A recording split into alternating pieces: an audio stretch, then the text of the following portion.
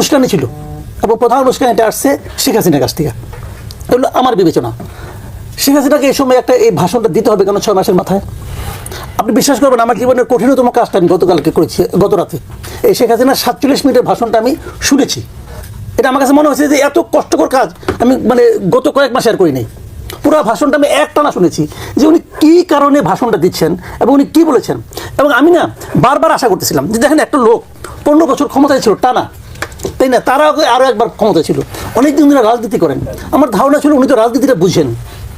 তো আমি বারবার আশা করতেছি এই উনি বলবেন যে ওনার কৃতকর্মের জন্য উনি ক্ষমা প্রার্থী, অথবা বলবেন যদি ঘুরে পেঁচেও বলেন তাও বলবেন যে আমার অজান্তে কোনো ভুল হয়ে থাকে তার জন্য আমি বারবার আশা করছি।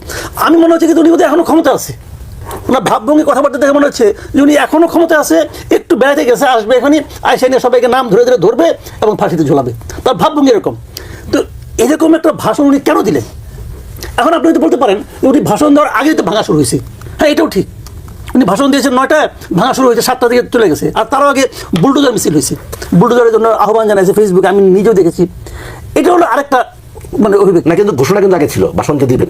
হ্যাঁ, ভাষণ দেবেন, ওটা তো উস্কানিটা বললাম তো, উস্কানিটা। এখন আমার কথা হলো কি, বুলডোজার জিনিসটা কী রে ভাই?